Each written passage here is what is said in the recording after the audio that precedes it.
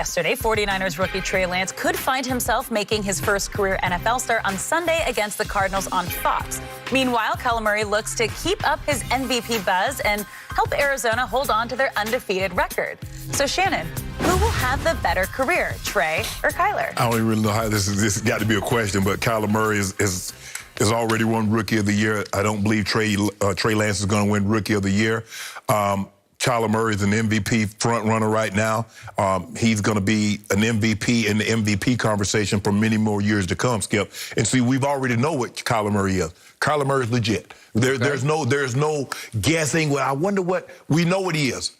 I've seen enough to know Kyler Murray is going to be a great football player for an extended period of time. We still have not seen what Trey Lance. We believe with Kyle Shanahan in this offense, he can be great. But there's no guessing. There's no guesswork with Kyler Murray. So for me, it's not even. And Kyler Murray has gotten better and better every single year. My only concern with Kyler Murray, he's a small man. Okay. And taking that kind of punishment. Okay. And given that, I don't care if he only plays 12 games a season on a 17-game schedule. I'm taking Kyler Murray.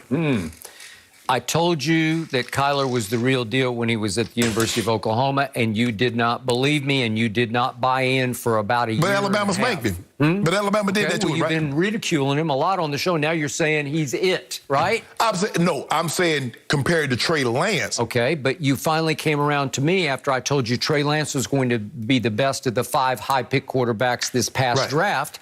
You said, I don't know, I'm not sure. You thought Mac Jones was the readiest to play. But now the other day we did this and you said, you know what, I'm with you. Trey Lance is going to be the best of this group. I take Kyle Shanahan and his ability to call plays and what Trey Lance's skill set. Okay, skill set. What is it attached to? 6 feet 4 inches and 225 pounds. My only issue with Kyler is, can you withstand the beating that you are going to take? Because last year he could not. Right. And they got off to a rip-roaring start, and we had the Hail Murray, and then what happened? Right. He got banged up, and he was not the same down the stretch, and they faded and missed the playoffs, right? Listen, Trey Lance is also the real deal, and he's a bigger real deal than Kyler, obviously. And if we could just quickly see what he did in his first little soiree last week. Did you remember the past? He's got a bazooka arm. It's just easy velocity. Again, Debo just was wide open. They busted the coverage. But then the run, on this is some special stuff right here. It's not Kyler quickness, but at 6'4", 225, it's real. It's authentic. It's going to work at this level. And I agree with you. If you put around him the Kyle Shanahan wisdom and I'll go all the way to genius of the run game, he's going to make that run game lethal, man, because he's going to be a big part of the run game with a huge arm. And again, he only played 1 game last year at North Dakota State, and he did play at North Dakota State. I just see it and sense greatness here, and I think long haul, long run, he'll have a little better career than Kyler, who's going to have a great career. No, he ain't got a better career. He's off to the races. I mean, Kyler's already Rookie of the Year, went to the Pro Bowl. He's going to go to the Pro Bowl again, MVP candidate. But he got thrown into the fire right away for a bad football team, and that's how he easily ran away with Rookie of the Year. Yeah.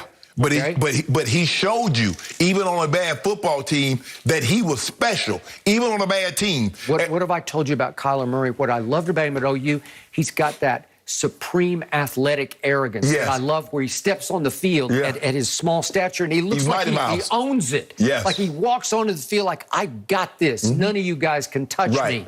Okay, that's his strongest strength is just his football character and belief in himself. So I get that. But I think the other guy is so much bigger with such a bigger arm. Kyler's got a nice arm, but it's not a huge arm. Yeah, Skip, but he can flat out throw it. And with those weapons they're giving him, Rondale Moore and Kirk, and now they got A.J. Green to go opposite of D-Hop, the Williams kid at tight end. Skip, they're loaded. And the thing is that he doesn't take the big shot. It was a fluke accident how he got hit last year, Skip, because he was sliding, and the guy hit him from the back. He did. It was just a fluke accident, because he knows how to get down. That baseball career comes in handy, because he be sliding and going like 25 feet. Who predicted 1 week ago that Kyler would upset the Rams at the Rams? Here. Well, thank you. It ain't going to be no upset. All right, moving on, guys. Are the 76ers running out of options to trade Ben Simmons? That's next. To win Terry's money, it's completely free to play.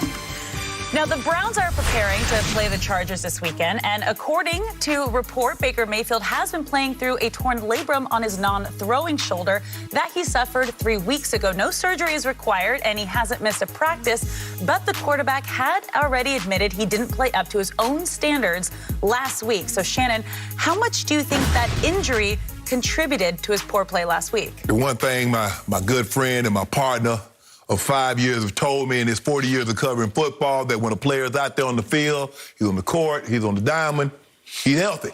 That's what he told me. Yep. And those are the words I live by. So every time I come... Right. So I don't want to hear that, Skip Bayless. The truth is the Hall of Famer across from me taught me that. I thought it was Odell's fault. You told me it was Odell. The reason why Baker was struggling was because of Odell. So he's got double jeopardy now. Oh, so you are going to give him that excuse. So let me see. Throw his shoulder. He right-handed. This is his left shoulder. Yep. Make me try to throw the ball like that. No, you get no excuses, Skip Bayless. Follow through. Man, don't follow through. Hitting Odell all in the back of the feet with the football, hit the DB in the back of the head. Yep. Odell need to get up out of there. But I told you this, Skip, your guy may be a middle-of-the-pack quarterback. That's what he is, Skip. Okay. He's a middle-of-the-pack quarterback. Yep. And no, I'm not giving him an excuse. The fact doesn't matter is, Skip, let's just deal with it. He's average. This is a running team that plays defense, and hopefully Baker can make a throw here or there. That's what they are. Nothing more, nothing less.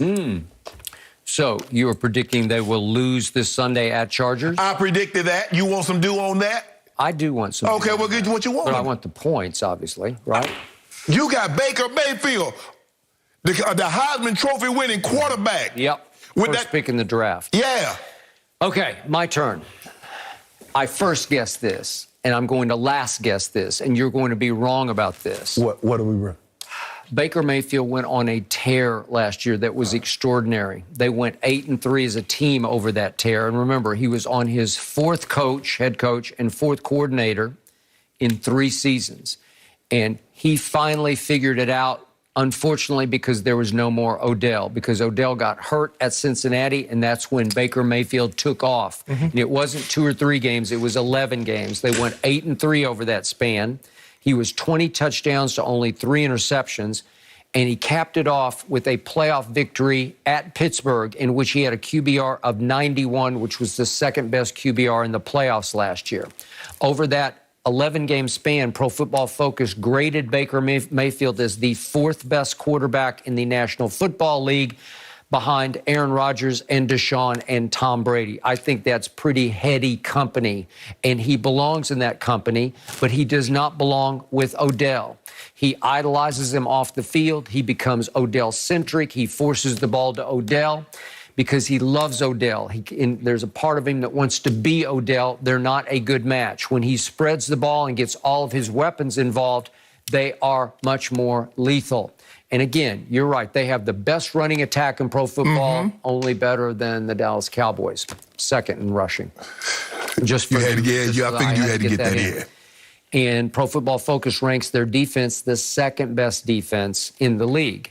And yet Baker had I'm going to quote him, a piss-poor game last week at Minnesota. And I think it had something to do with the left shoulder, and it had something or maybe a lot more to do with Odell. Oh, man, stop it, Skip. They're just not a good fit together. They have no rapport, no wavelength, no chemistry. I don't know why. I just know they're a much better team without Odell. It makes no sense. It's counterintuitive because Odell is wildly gifted, as we well know. I can't tell why I didn't play with Baker. Okay. You think Odell was a C-class receiver? Get him up out of there, and let's just see what starts happening, because I think a Super Bowl is going to happen. I picked them to get to the Super Bowl. I don't think they can win. We'll take them in Kansas City and watch what happens. Okay, well, let's do that. Let's just see. Okay, we'll give y'all Mecole Hardman and Pring and Robinson. Okay, maybe we want some other pieces besides that.